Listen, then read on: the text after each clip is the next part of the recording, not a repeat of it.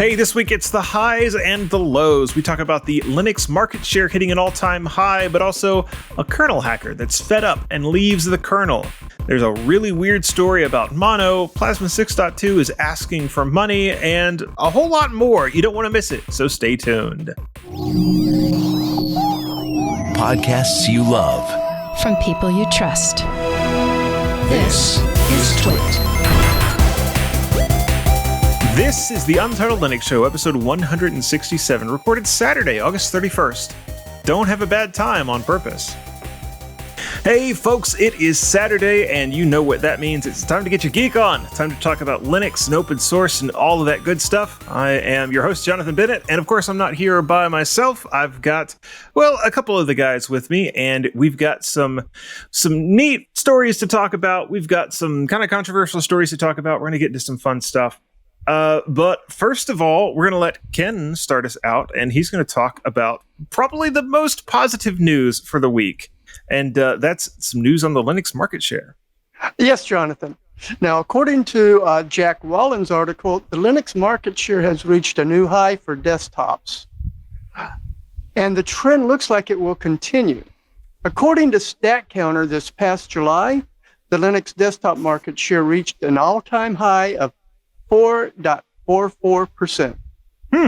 Now, last July of 2023, Linux was at its lowest point, 3.12%.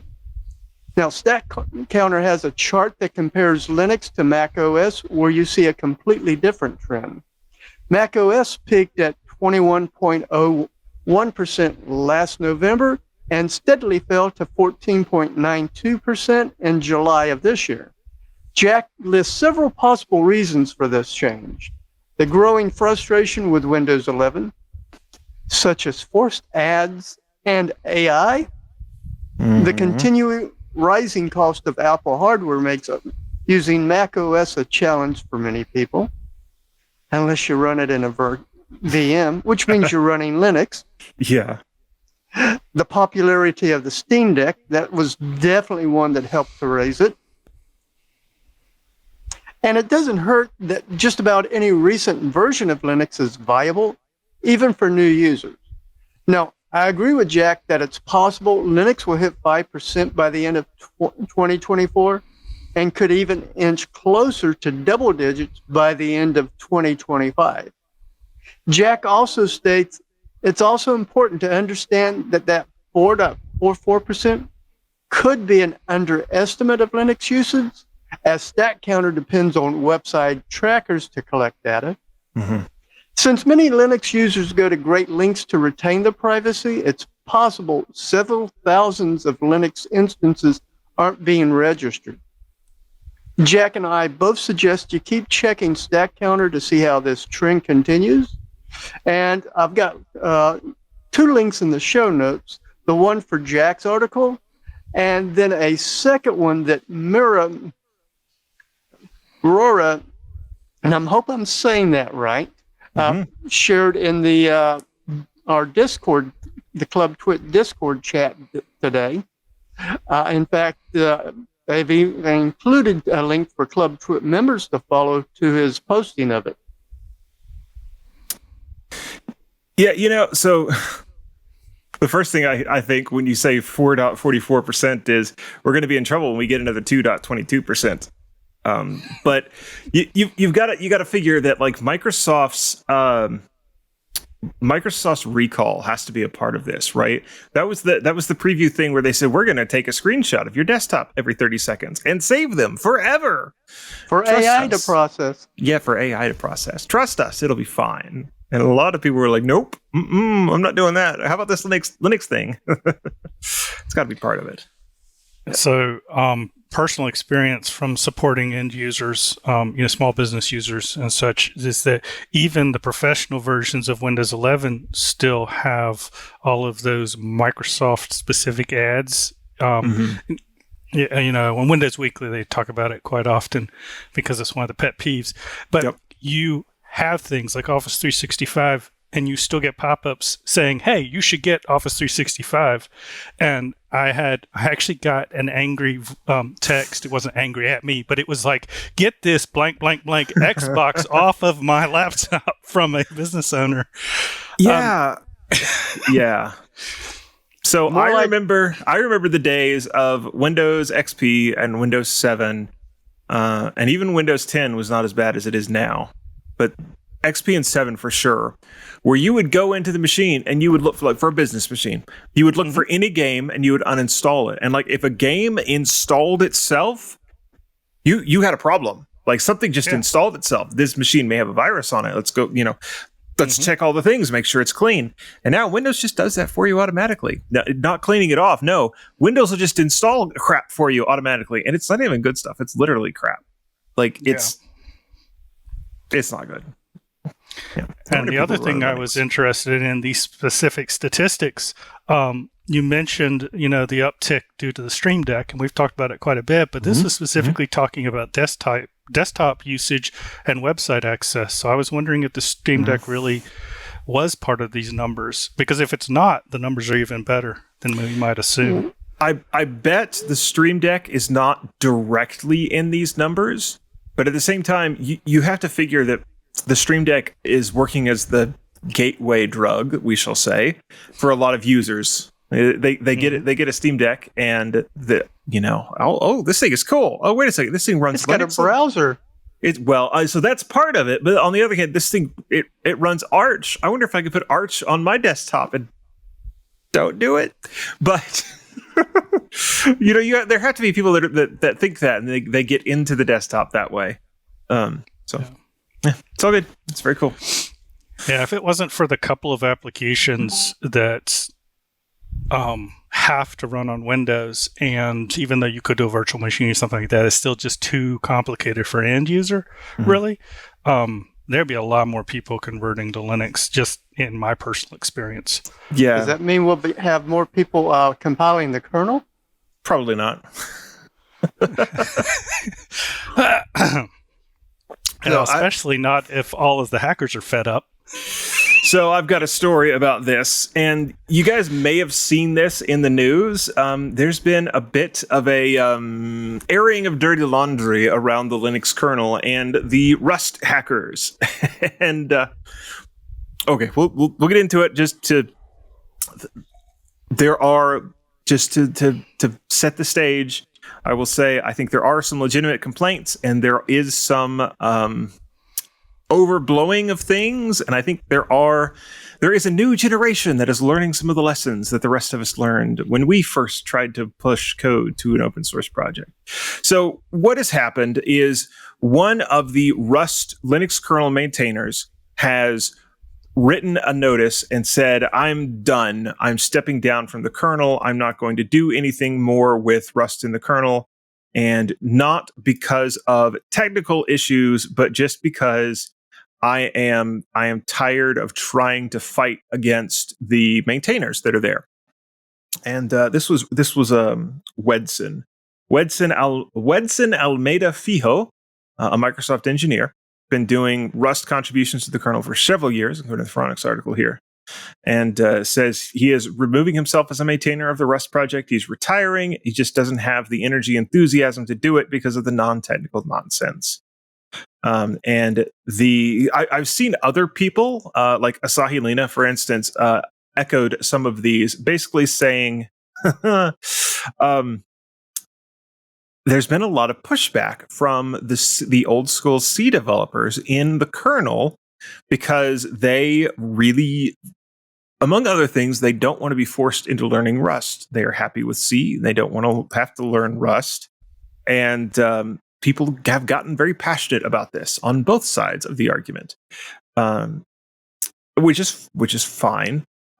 Personally, I think people have jumped to Twitter and Tumblr and all of the various places and complained about it a little too much there. And then the article I actually have linked to, it's via Phoronix, who's done good work on covering this. And it is David Arley has a blog post about this. And he basically says, look, there are wayfinders there are road builders, there are road maintainers. Like the people in the projects fall into these different categories. And some people are blazing a new trail, and some people are trying to keep the old trails open. And people are just different. And you need to understand that and learn how to work with that. I think is basically the point that he's trying to make here. And I've just got to say, like, to the Rust developers, that you're convinced that you're right, which you may very well be. I'm not arguing that. But you're convinced that you have had a breakthrough. You figure something out. You have a change set that is just the best thing since sliced bread. And you go to push it in, and the people you're trying to hand it to reject it, and you think it's terrible. Join the club. This is how working with teams works. Not even just open source. This is how working with other people works.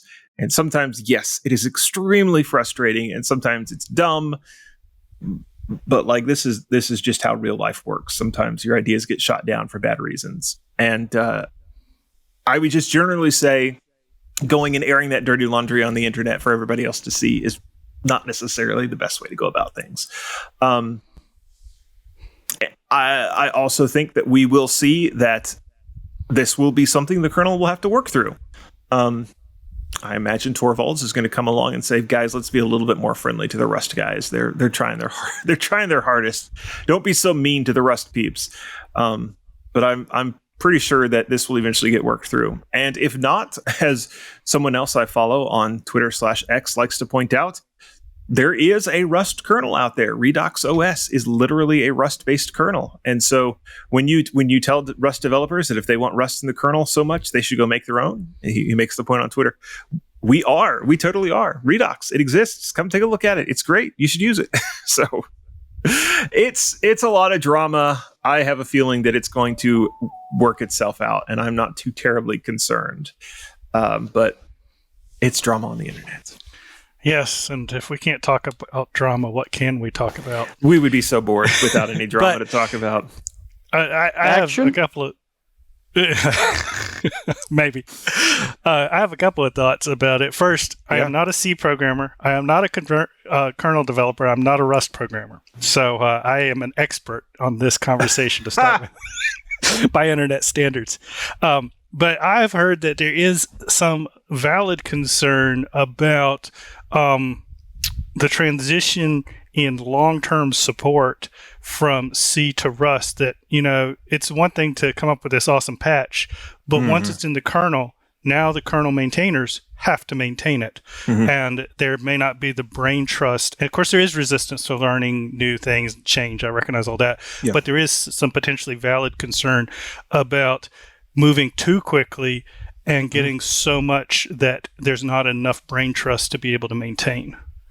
You don't want to get code into the kernel that hardly anybody understands, which that's ironically one of the things that the Rust people are complaining about, that there's already C code in the kernel that only 4 or 5 people really fully understand. So, I mean, it's a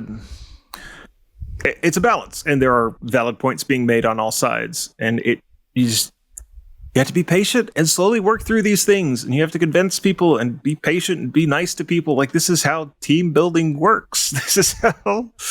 And if one person doesn't want to work with you, fork it. That's, well, so, yeah, good. I mean, good luck forking the Linux kernel. And people fork the Linux kernel all the time, but good luck forking it and getting a lot of people to follow you. That's probably not going to happen anytime soon. I think the kernel in Redux OS is the closest thing to a Rust fork. It's obviously not, because it's not sharing any code. It's a rewrite. But yeah, so humorously, Redux OS is doing to the Linux kernel what the Linux kernel did to Unix. Yeah. So, I mean, is there a future where Redux OS is the popular thing and Linux itself is less popular? Maybe. I don't know. We are still... The end of that book is not yet written, as they say. No. Brownie points. Brownie points to anyone that knows what that's a reference to. But, yeah, Ken. May have a story later in the show that may show what could happen. Oh, there you go. All right. So let's talk about CentOS and Azure Linux. What? Oh, we're just mentioning CentOS. We're not actually here to talk about CentOS. So LinkedIn, for anyone that is not aware, Microsoft purchased LinkedIn a couple of years ago. So LinkedIn is owned by Microsoft. Microsoft also owns this whole cloud business called Azure. And we have to let folks know Azure is Microsoft these days. Like if you look at where they're making their money, yes. Azure is where Microsoft is making its money. Continue. Absolutely. Just saying. It's completely correct. Yes. So they have their own version of Linux. They used to call it CBL Mariner, and they renamed it to Azure Linux. So LinkedIn has migrated from CentOS to Azure Linux in the Azure cloud. The couple of reasons that this is interesting, and I think the biggest thing that I like to see about it, you can be pro-Microsoft, you can be anti-Microsoft, you can agree with decisions they've made, you can disagree. I think we all have various positions on all of that stuff, but because LinkedIn is Microsoft owned, that means possibly, and because of the size of LinkedIn, this means that it's possibly the largest dog fooding of their own Linux operating system. So if nothing else, it is good to see a company putting so much investment into running their own thing that they're developing. Feedback loop is very important. Yeah. And they didn't just simply migrate to it. They came in with their own changes. For example, Azure Linux did not support XFS file system. LinkedIn runs on XFS. So they didn't switch file systems. They brought XFS into Azure Linux. They just, as a side note, LinkedIn found that XFS worked with software RAID was what was working best for their needs. And I have a link to Phoronix article which summarizes it, but then it also links to the LinkedIn engineering blog post if you really want to get into the nuts and bolts. And they sum it up at the end by saying the migration of LinkedIn's fleet to Azure Linux was a strategic decision that entailed numerous considerations and challenges. Its successful execution yielded substantial benefits, ranging from cost savings to enhanced security, flexibility, all the important bullet points. But they do get into, some of the technical issues that they had to address to be able to migrate their stack. Another interesting thing that they ran into was they ran into some challenges because Azure Linux does not have a GUI on top of it. And they ran into some problems around that.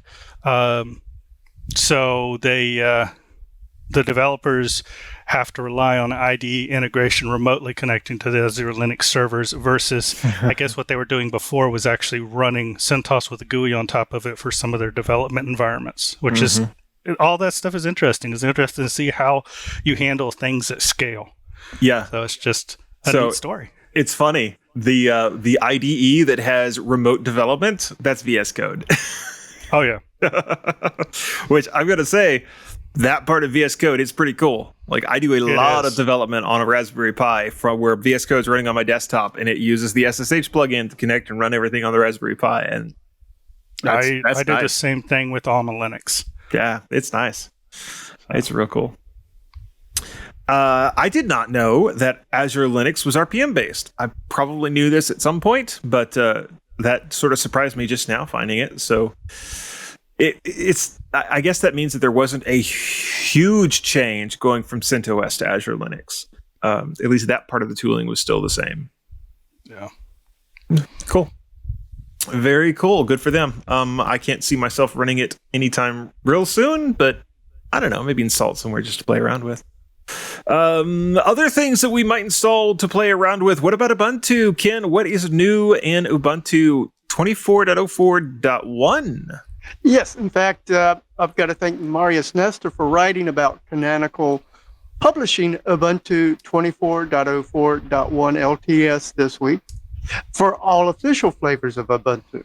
This first point released to the long-term supported Ubuntu 24.04 operating system series is designed as a collection of security patches and software updates that have been released since April of this year.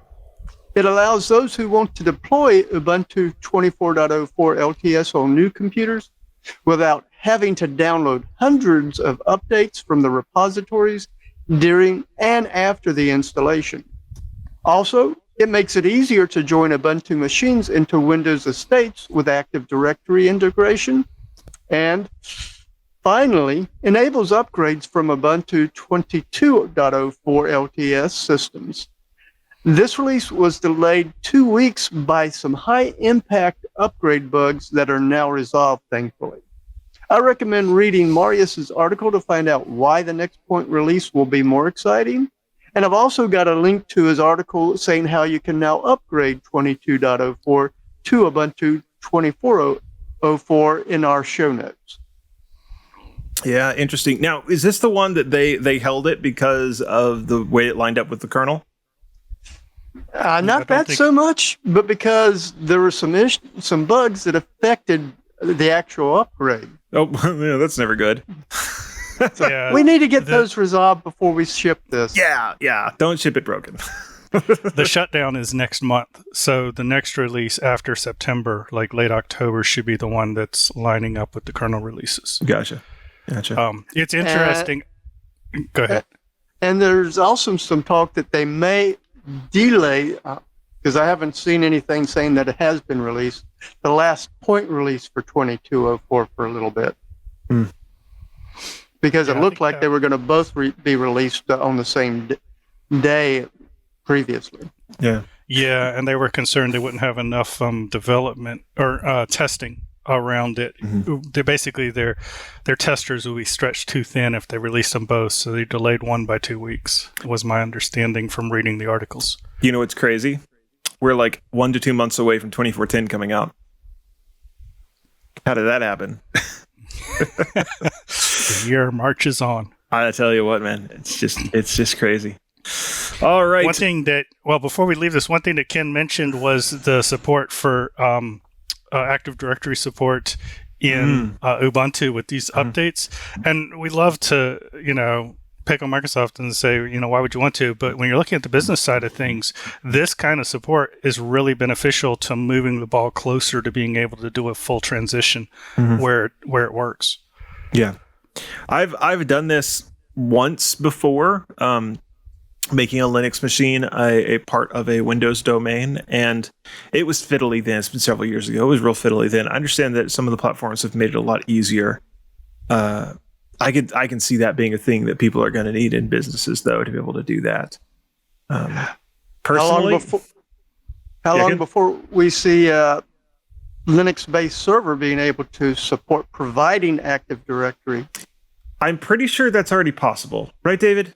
I know with Sam before they were really working on that, and we're way past Sam before by now.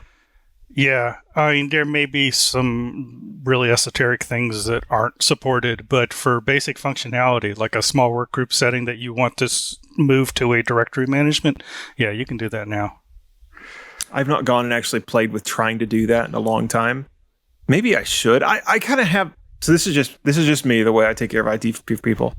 I kind of have this feeling that 10 or fewer desktops doing a full-blown domain is just overkill.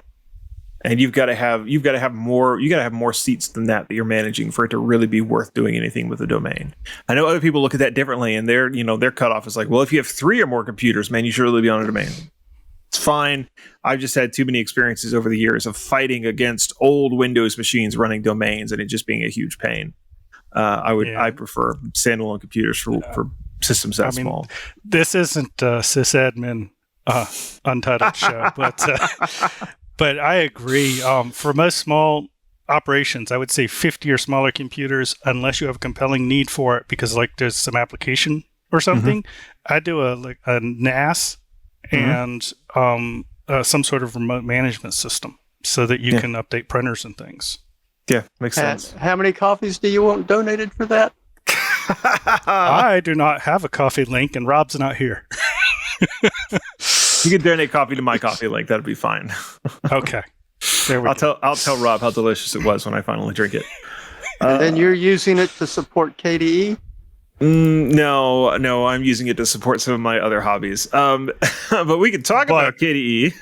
Yes. So what would you do when a pop-up occurs? This is probably a question that I'm going to have to answer directly. So it's a link off to Pointy Stick to Nate Graham's. No, it's not. It's in Wilder. Sorry. It's a link off to Gaming on Linux. That's what it is. But it is about Nate Graham's blog. And it's about asking for donations and what KDE is doing and is about to do. And they're actually going to add something in KDE, and it's going to be to pop up a notification essentially and says, "Hey, would you like to donate to KDE to help us keep the lights on?" And I think they're sort of already expecting that people are not going to like this, but at the same time, they've been real careful about the way that they're doing it. And I think it comes up like only once, and you dismiss it and you tell it not to come up again, and it'll never bug you about it again. Yeah, they've got a picture of what it's going to look like. So it says request for donations, donate to KDE. KDE needs your help. Donations, fund development, blah, blah, blah. And you can either say donate or no thanks. And as he says, I know messages like this could be controversial. Yeah, sure can. But I think they're trying to do it the right way. And most people do understand that developers need to eat and it costs money to host servers and services. So yeah, I don't have a huge problem with this. I think they're going to avoid making it nagware. I do not foresee KDE going the way of Microsoft and automatically installing applications or putting advertisements in your search bar or any of that stuff. So, I don't have a huge problem with it. I figured we would cover this, but hopefully this is not going to be too controversial. I know people are going to get bent out of shape about it because some people are just looking for something to be bent out of shape about. But other than that, who cares? I read through the article, and what I read said they were talking about a pop-up that happened once a year. Mm-hmm. Yeah, it's real. It is very, very rare that it happens. Like it does not bug you about it. And I'm pretty sure there's going to be someplace where you can go in there and say, don't do this again. Yeah. If there's not easily, it is open source. You could always just go in there. You could just go in there and break it, change something under the hood and make sure it never comes up. Go set the timer to the year 2048, and then you won't have to worry about it. Do you know anything about? Because the other thing that they just kind of briefly touched on in that article was them working on a next generation KDE OS. Do you know anything about that? I mean, I didn't. I was just curious. Not other than the fact that they're always working on the next generation of KDE, right? Like, I don't know that that's some big think tank skunk works sort of project. Not that I'm aware of. I guess it was the choice of OS, operating system that made me get a little like, ooh, what are you talking about? But I guess they're just. I mean, if you view like KDE Plasma as a KDE OS, which I guess you could make that argument. It sort of is. I would like to see KDE Plasma be on top of Fedora instead of on top of Ubuntu, but that's just me. They do run into some problems sometimes with shipping a really old kernel in Ubuntu. But so far nobody over at KDE has taken me up on that. So we're not going to see that anytime soon. Hey, we've had an option. Go ahead, David. All right. I was going to say, we have had other companies listen to us on ULS. So that's KDE, here is your call. It's true. Make a Fedora spin of Neon. There you go. It'd be great. Everybody will love it. Everybody will love it. All right. Let's talk about other. I'd interrupted Ken. So okay. Ken, make your point. Well, I forgot what I was going to say. All right, David, tell us about WireGuard, the other, sysadmin tool. No, I was going to talk about. Well, first off, it was Wireshark, and I've got Valkey next. Sorry. Okay, never mind then. Talk about Valkey. We could talk One of about. those days. I will find a story about WireGuard for next week. So I've got an article from the New Stack that talks about, or the headline is "Valkey is a different kind of fork."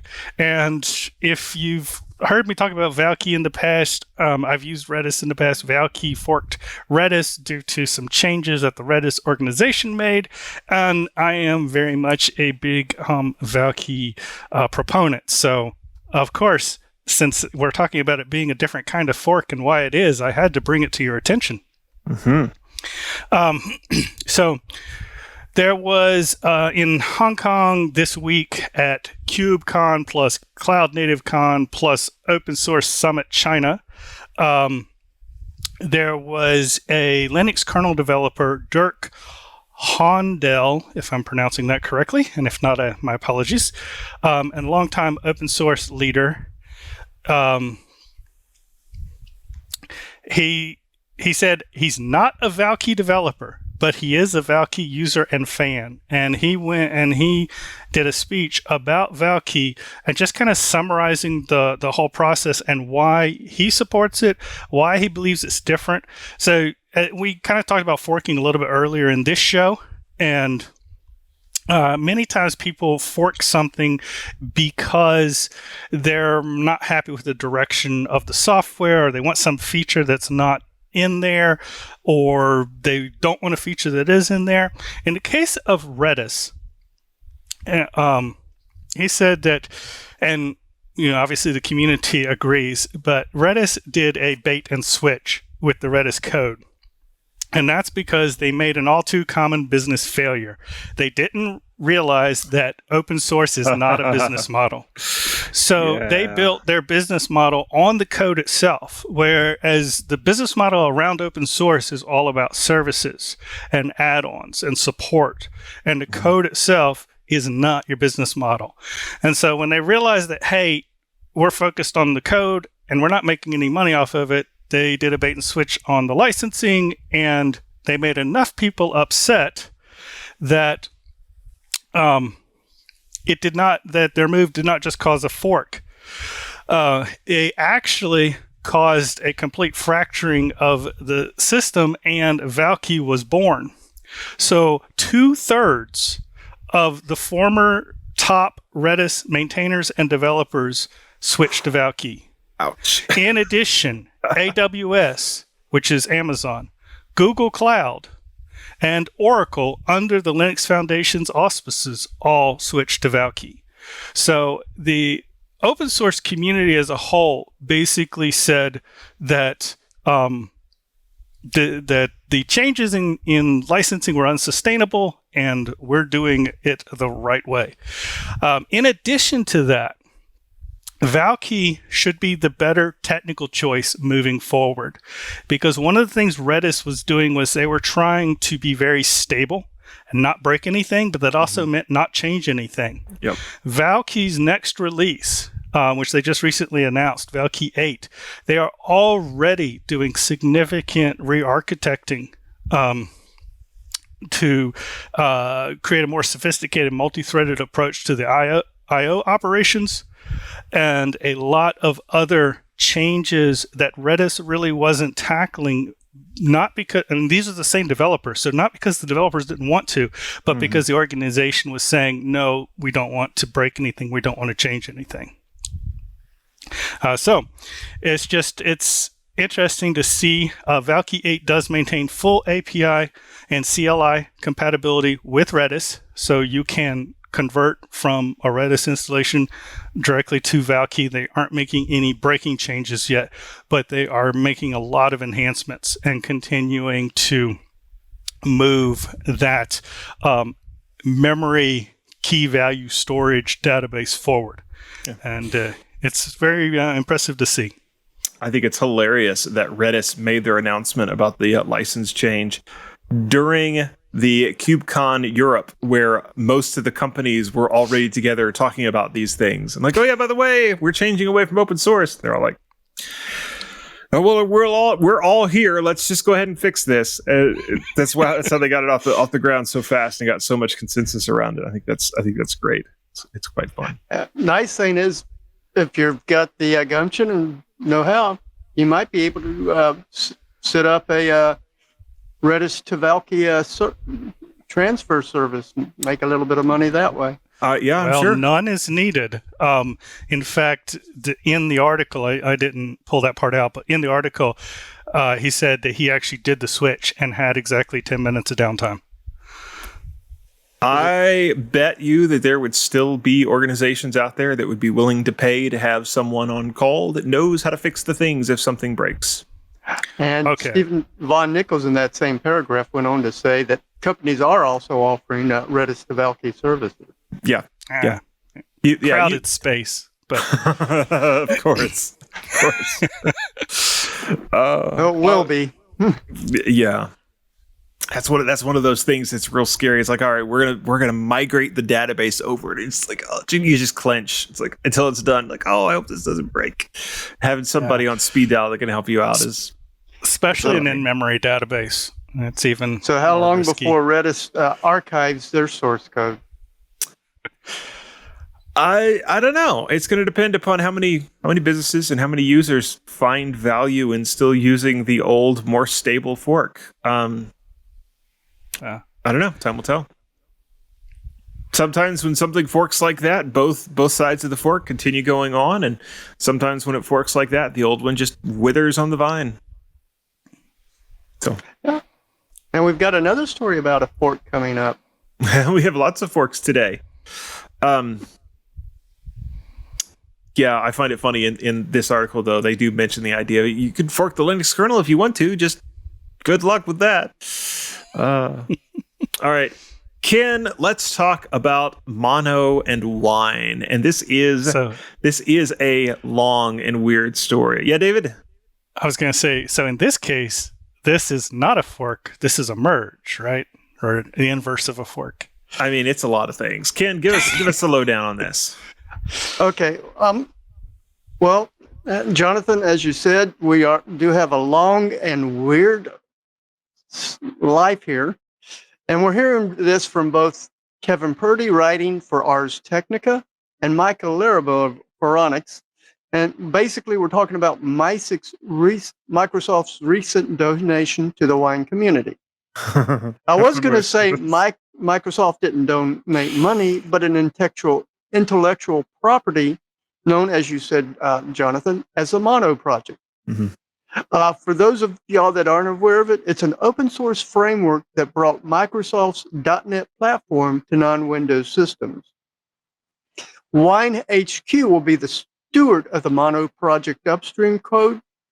To give you some more background, Kevin writes about the Mono project's beginning under, and I apologize if I don't say this correctly, Miguel de Acaza, the co-creator of the GNOME desktop. De Acaza led Ximian, originally called Helix Code, aiming to bring Microsoft's then new .NET platform to Unix-like platforms. Then in 2003, Novell acquired Ximian. I'm going to jump ahead here to 2011, where Novell, through its SUSE subsidiary, and Xamarin, another company, reached an agreement in which Xamarin would take over the IP and the Novell customers using Mono inside the Novell SUSE. Then in 2014, Microsoft open sourced most of the .NET. And 2 years later, in 2016, Microsoft acquired Xamarin entirely, putting Mono under an MIT license and bundling Xamarin offerings into various open source projects. Where does this leave Mono today?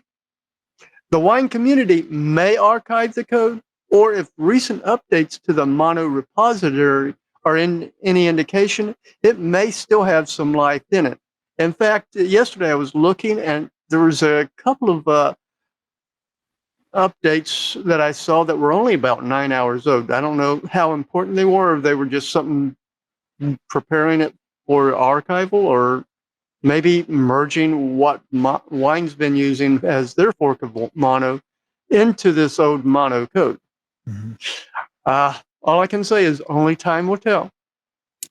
Yeah, so it's kind of important to understand that the reason this is not very important is because .NET, like, it natively supports Linux now.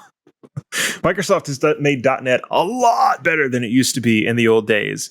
And you can actually be an open source .NET developer now and still have some dignity and self-respect. So you can create .NET's, use a .NET framework to create things under Linux. Absolutely. To run on Windows. Or to run on Linux. You can use .NET as your cross-platform framework now. Like it's actually a cool framework. People genuinely like it now, rather than just being forced to use it.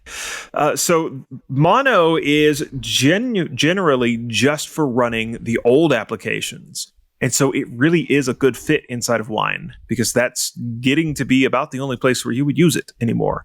And things like Silverlight just really don't exist anymore. And the old .NET that only run with Mono, you're talking about very old applications at this point. And it's just really not modern software anymore. And so putting it into Wine, it makes sense. I mean, Wine already had their fork of it. And so this doesn't change a whole lot on the Wine side, because they were already doing development on their fork of it to make old Windows stuff work under Linux. It really, now all it does is it gives them the trademark, and so that they can actually call it, they can call it Mono, and they can be the upstream and not have to worry about anybody else. So they'll take their fork, upstream it, and that fork becomes the current Mono source. I don't know if there's a term for that. It's something that you see happen every once in a while when the fork becomes the upstream. Is there a term for that? I don't know if there is a term for that. Upstreaming the fork, or I don't know. There may be a term for that. If not, we should come up with one. We'll workshop it after the show and see if we can come up with a term for that, because it happens every once in a while. Quippy should come up with a term for it and make it the show title. No pressure, though. No pressure. All right. Let's talk about Cosmic. This will be fun. So, actually, cross-plug, I interviewed Carl Ritchell on Floss Weekly this week about Cosmic, and Rob joined me there. We had a lot of fun with it, and we talked a lot about what's new with Cosmic and things that they found, and it was just generally a very positive take, right? Like, on Floss Weekly, we do not do gotcha sort of interviews. We do not ambush people. We are there to support your project that you're doing. Unless we find out that you're doing something particularly troublesome, we're there to cheer your project on. And that's been the take that a lot of people have had about Cosmic. It's like, oh, it's really cool. It's new and there are bugs, but it's really cool. We're excited about it. And so I found a different take on Cosmic this week, and I think it's hilarious. So it's by Vaxry, So Vaxry is a very interesting individual to start with. Vaxry is the developer behind Hyperland, and Vaxry has a post here about his or her, I honestly don't know, his or her experience with Cosmic. And TLDR, it wasn't actually great. And Vaxry goes through and says, okay, look, here are the reasons why you might be excited about Cosmic, and here's why they're all bad reasons. It's like, you might be excited about it because it's Rust. And he's like, that's great if you're a Rust cultist, but if you're not a Rust cultist, you really don't care. You might really like tiling, but that's not a desktop environment. That's just a feature. And then he's like, well, it implements what GNOME wants. And he says, and actually I disagree with him on this one for sure. Because he says, well, if you gain any advantage, then GNOME could just implement that. And that's actually pretty important, because what actually happened with Cosmic is the System 76 guys had all of these ideas for what they wanted GNOME to be able to do, and the GNOME developers basically told them, we're not really interested in doing any of those things. We like GNOME doing what it does, and we're going to go our direction with GNOME, and we're not going to add any of these features that you guys think are awesome. And so, like, that's kind of the whole point of Cosmic. But I do, like, I agree with his kind of overall point that it's an alpha. Cosmic is an alpha. It is an early alpha, and it's got a long ways to go before it's actually really a really, really good desktop, and it's unclear for sure that it will get there. And we shouldn't worship it like it's, you know, the best thing since sliced bread when it's not actually. I was humored by this, I must admit. So if you're going to get worked up over it, just don't read the article. But if you think you can go in there and you can be humored about it as well, then it's fun, and that's all. I'm a Cosmic fan. I like it, but I think he has a point that it's still early and it's still rough.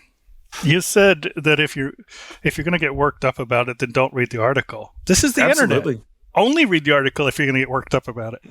No, really don't. It's not actually good for your health to get worked up about stuff all the time. It's really not. You need to completely agree. Be chill, man. Keep your blood pressure down. Keep your stress levels down. Have a good time. Don't have a bad time on purpose.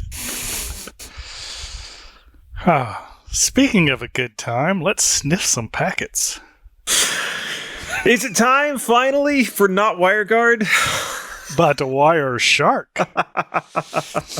And I also ripped this out of our Club TWiT Discord from Keith S512, who is watching live. So WireGuard, now I did it. Wireshark released version 4.4. Uh-oh. Now we've got a laugh track. Oh. So, anyway, Wireshark, which I use quite often. I also use WireGuard, but holy cow, this is just going to go off the rails. Wireshark allows you to install it on a machine and using plugins capture traffic directly, but also read PCAP files, which are files containing lists of packets that you sniff off of the network. And it can be extremely useful, especially when you're trying to figure out why things are happening or not happening correctly on your network. So it's always good to see the growth and advancement of Wireshark. And 4.4 includes automatic switching of profiles by associating a display filter with a configuration profile. Support for Lua 5.3 and Lua 5.4. And Lua is a embedded scripting language that can be used to basically write little code snippets to extend applications. There's a lot of different software packages that embed Lua in them so that you can change the functionality of the program without having to, even though it's all open source, without having to actually modify the source and recompile it. HA Proxy is another one of those, and I know that because I was working with it earlier this week, actually, that embeds Lua. The ability to implement display filter functions as lib Wireshark plugins. The ability to translate display filters to PCAP filters. And that is very useful because a lot of times you don't know what you're looking for. So you need to capture everything on the network. But then you wind up with these really big files. But maybe it's a situation where it's something that reoccurs periodically and you need to nail it down. So if you can get your display filter working, your display filter, the way you write that is not the same way you write the packet capture filter. Where you're actually filtering the packets coming in. So if you can, with this functionality or capability, you'll be able to figure out what you need to look for by having a huge capture of all your packets and then using display filters, and then easily convert that to a filter that you can apply directly to your PCAP source, which could be TCP dump on Linux or the plugin, which I forget the name of, but it's the one that installs with Wireshark. And so you can actually capture just those packets that you're interested in. So you can capture for a much longer period of time because you're not getting a bunch of extraneous packets that you don't care about and don't need, which would be filling up your buffer. There's a T-Shark custom output fields, a lot of other things. There's also some pretty cool, well, not cool, but they've did some improvements and fixes to a lot of the graphing functionality, including the IO graphs, the flow graph, VoIP calls. That's something else that Wireshark has built into it. If you do anything with VoIP calls, so like Asterisk, we've talked about it before. Asterisk is common PBX software, but you can get in situations where you're getting problems in your call, like jitter or packet loss or something. And so Wireshark can actually capture the packets and has built into it functionality to trace those call paths automatically for you. So you find the start, and then you just tell it to, hey, this is what I care about. And then it goes through the rest of the capture and pulls out the whole entire path and rebuilds it for you. So a lot of cool functionality, and there's a lot of other things. Additional protocol support has been enhanced and improved. Let's see. They did add RDP authentication redirection virtual channel protocol, which is RDP ear, so that you can hunt that down. The only reason that you need to worry about RDP is because it's used as a horrible attack surface and should not be open to the internet or anybody else. I don't know why you're using it in the first place, but if you are, Wireshark can help you debug it. Yeah, I have some very old memories of very early in my career trying to install Wireshark on a misbehaving Windows machine to try to figure out why in the world I think it was not printing, which old Windows machines and printers were such a terrible combination. So same as new Windows machines and printers. No, so Microsoft actually fixed that, to their credit. Back in the old days, this is a Windows tidbit, but we're going to cover it. Back in the old days, printer drivers were kernel drivers. And so you would have to have a different printer driver for every version of Windows. And the printer driver ran in kernel space, which was terrible. But that's the way things worked. Finally, Microsoft made everybody mad by breaking all of the printer drivers, but they actually built an API for printers. And now, believe it or not, printer drivers are much, much, much better than they used to be. Oh. Until they run out of ink and you have to buy, and you try to buy a third party. We're talking about the drivers, not the printers. Yeah, that's printer manufacturers being terrible, not the drivers. No, we won't go into that right now, but yeah. So I have waking nightmares still about trying to get printers to work. So anyway, this story was that installed Wireshark on some old machine to try to figure out why in the world the printer wasn't working the way that it was supposed to. And it's pretty impressive how performant Wireshark is, even on low, like machines that are not working very well and low budget hardware. There must have been a lot of work done on that to try to make Wireshark actually perform well, because it really, really does. It can throw a lot of data around very easily. But yeah, it's cool. It's complicated, and I remember that you were talking about the packet filtering for Vue. I remember fiddling with that back in the day and not being able to figure out, like, how in the world, like, I just want to see the TCP packets from this IP address. How do I do this? Not being able to figure it out. David's laughing because he knows my pain. He's been there, I'm sure. Yep. It's a little better now. They at least give you some tool tips. But Wireshark's great. It's super useful for something. And then one of the things I like about Wireshark is that, like, it's not just TCP IP packets. It's not just Ethernet. Like, you can do USB. You can do FireWire. I don't know for sure that somebody's done it, but I bet you could do like LoRa packets through Wireshark. Yeah, cool stuff. You can even run Wireshark from the command line. You can, yeah. You should. And it's actually pretty useful to be able to SSH into another machine and run the command line version of it, capture a bunch of packets, and then just SCP it back over and then look at it in your Wireshark GUI. Like, that's a really useful workflow to be able to have. So I just looked it up real quick, and LoRa support was added in 2017. Cool. I'm gonna have to play with that, actually. Hook up an SDR to it and see if I can. That'd be fun. I'm going to have to go play with that. I do a lot with Lore these days. Yeah. My question is, what does the -F option do? In Wireshark? Oh my goodness, I don't know off the top of my head. I don't use it that often, man. I am not a Wireshark expert. I use it sometimes. I just noticed that's one of the things with this version that is going to be supported. It supports the -F option when capturing a file on the command line. Apparently, that was one of the issues. I see. I mean, we can probably run the man page for Wireshark, and no manual entry for Wireshark.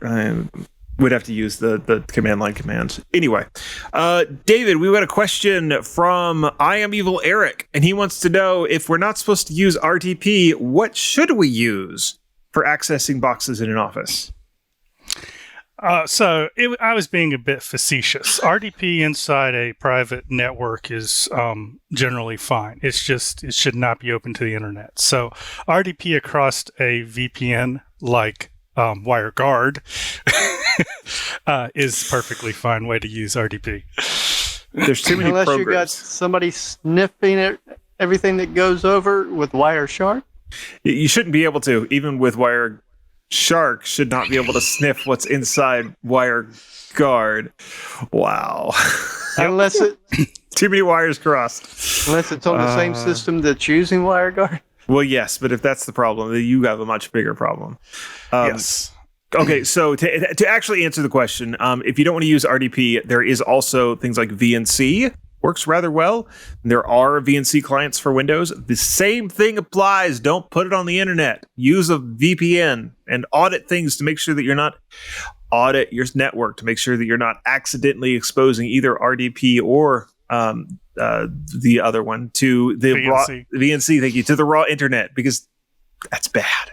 That's how you get malware installed on your. That's how you get ransomware. This is literally how you get ransomware installed on your machine.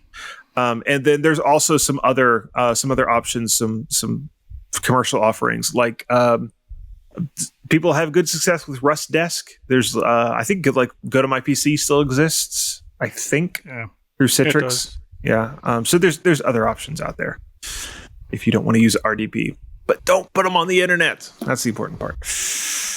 All right. I think that is our stories for the week.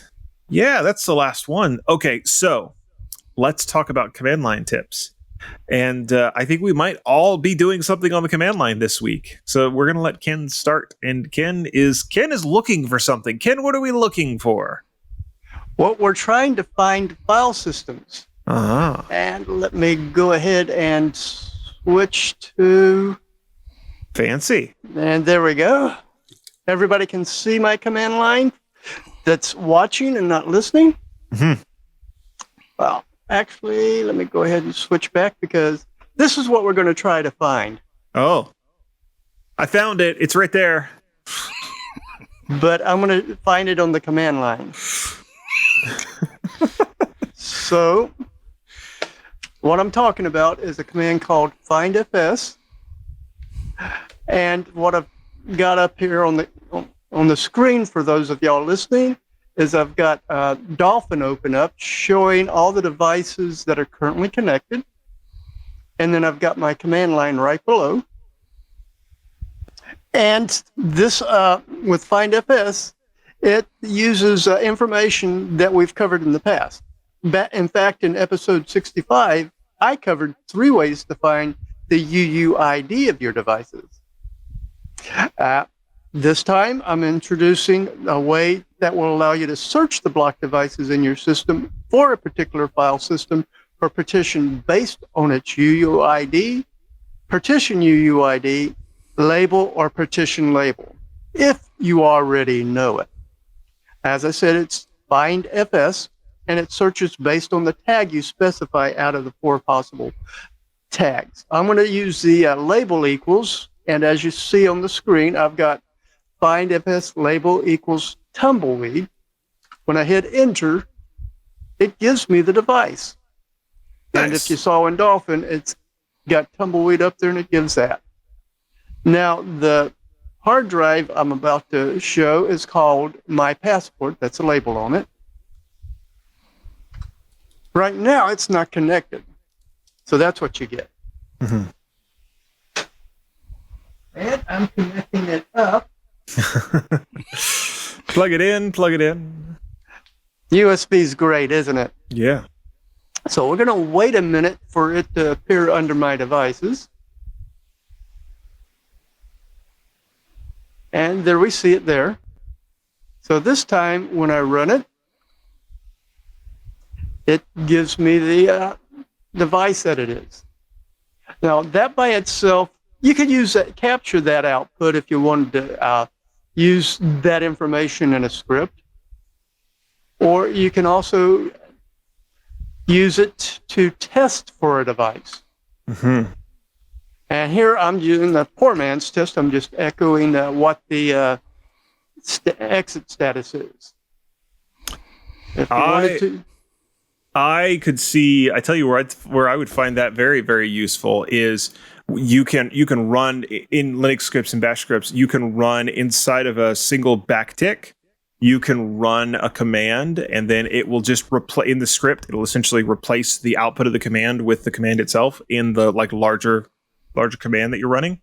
And so I could see doing that for things like, any script where you want to talk specifically about a file or a drive or a partition, and you don't want to just use the /dev because that can move around sometimes. So you want to use the label. I can see that being extremely useful. In fact, I probably have some scripts running on some computers that really need that treatment. Right. Now you'll notice though, if you look in Dolphin, it's not mounted. Right. Next week, I'm going to go show you a utility that will let you make sure it's mounted. Oh, cool. I think there's some crossover happening there. I like it. Okay, David, I like Python, but the white space thing just throws me off. Is there any hope? Oh, there's always hope. So I like to bring forth, whenever I get the opportunity to, I like to bring forth something that's going to start a religious war. Python is one of those things.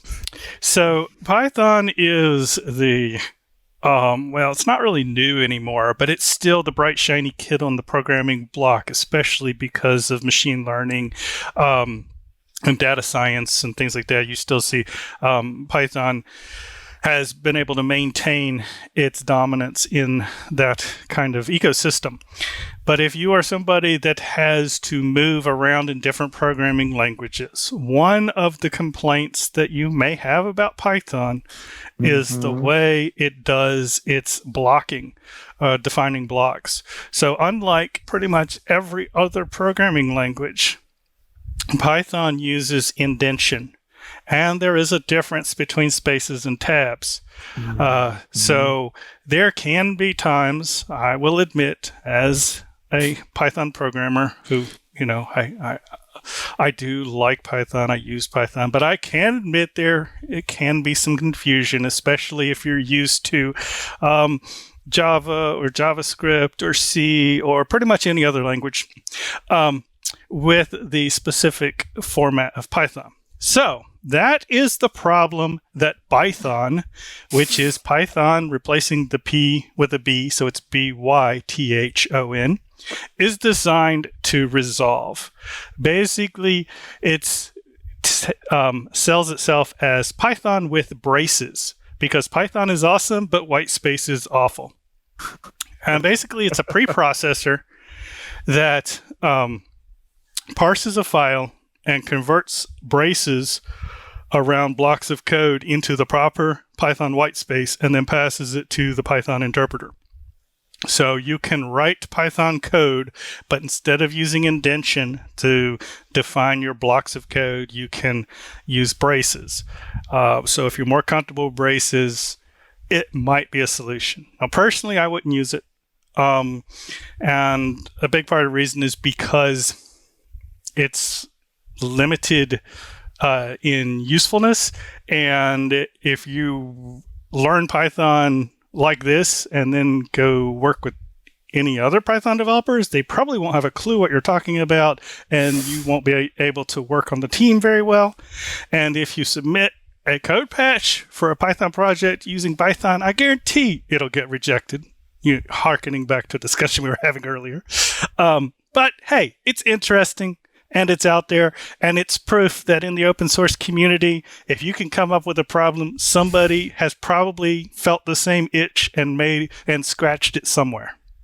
That's great. I like stuff like this, honestly. We talked here and on Floss Weekly about the bash thing. Amber. Yes, Amber. Thank you. And I thought that was really cool too. And this reminds me a lot of Amber.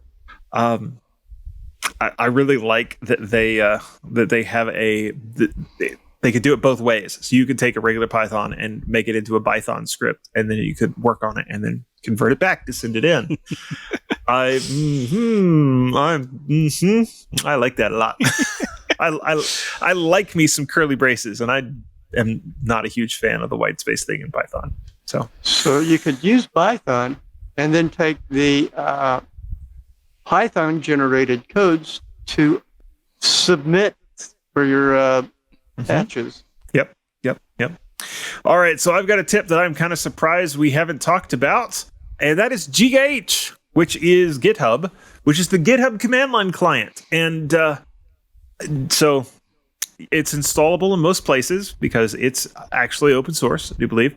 And you can... I should check that before I say that. I think that's the case. I know I did just install it here on my Pop OS without any problems. So it's at least available on a lot of systems. I don't know for sure that it's entirely open source. Regardless, it is a neat tool.